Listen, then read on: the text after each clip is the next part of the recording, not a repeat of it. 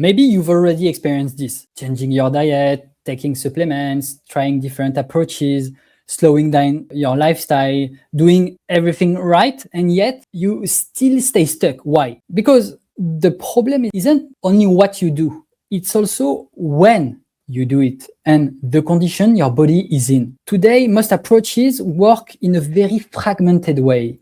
One symptom equals one solution. One problem equals one protocol. And because of that, people believe that the problem is the symptom. So the goal becomes calm it down, block it, make it disappear, whether it's with a pharmaceutical pill or a natural pill. In the end, the logic often stays the same.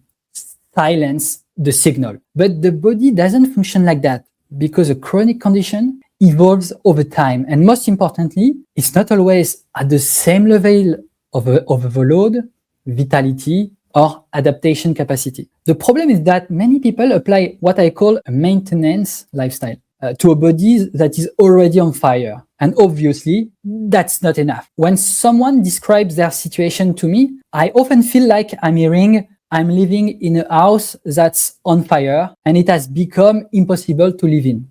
And yet, what do we usually do? We give general health advice. Eat better, take a few supplements, walk a little more, breathe, relax.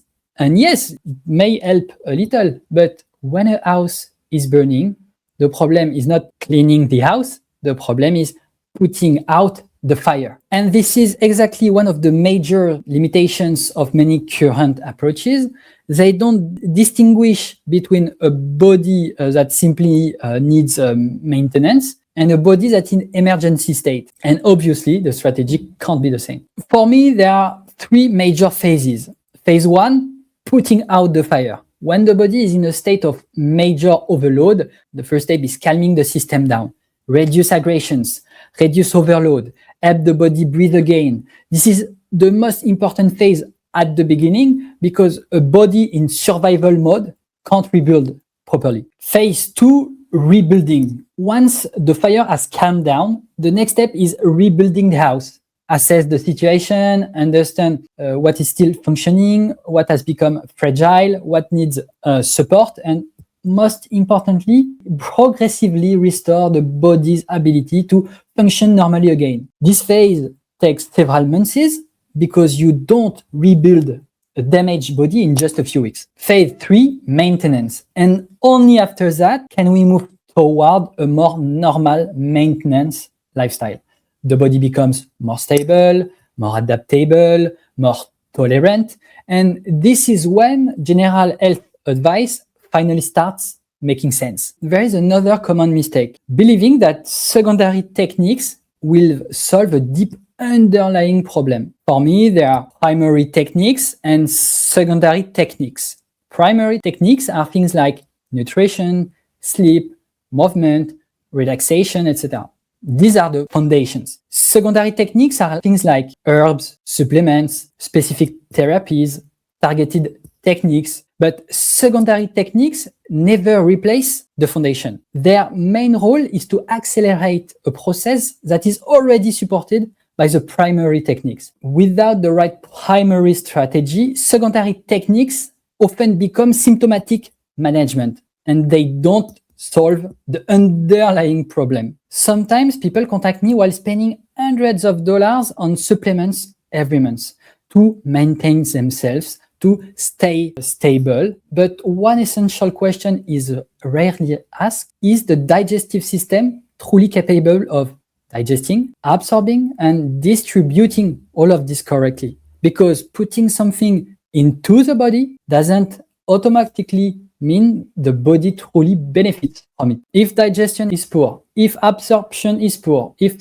fluids circulate poorly, there is a high chance that much of it simply ends up in the toilet without really benefiting the body. And very often when people tell me, I've tried everything, in reality, they mostly tried many different things without a real global strategy.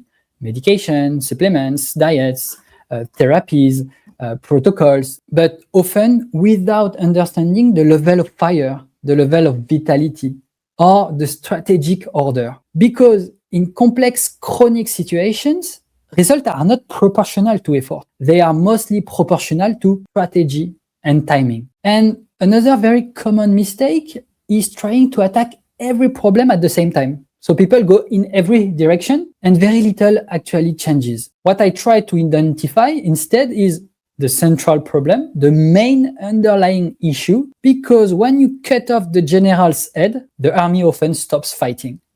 And very often, when the main problem begins regulating, many other symptoms naturally begin improving as well.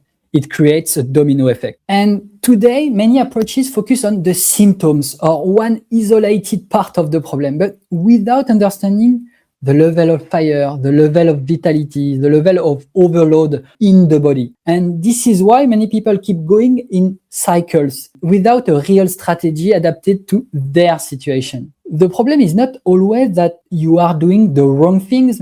Sometimes you are simply doing the right things at the wrong moment in the strategy. And this is exactly what led me over the years to develop a much more global and systemic approach. An approach where I don't only look at the symptoms, but also the body, vitality, elimination capacity, level of saturation, and the strategy adapted to the body's current state. And this is exactly what we are going to explore in the next video, my approach and the 8 major axes.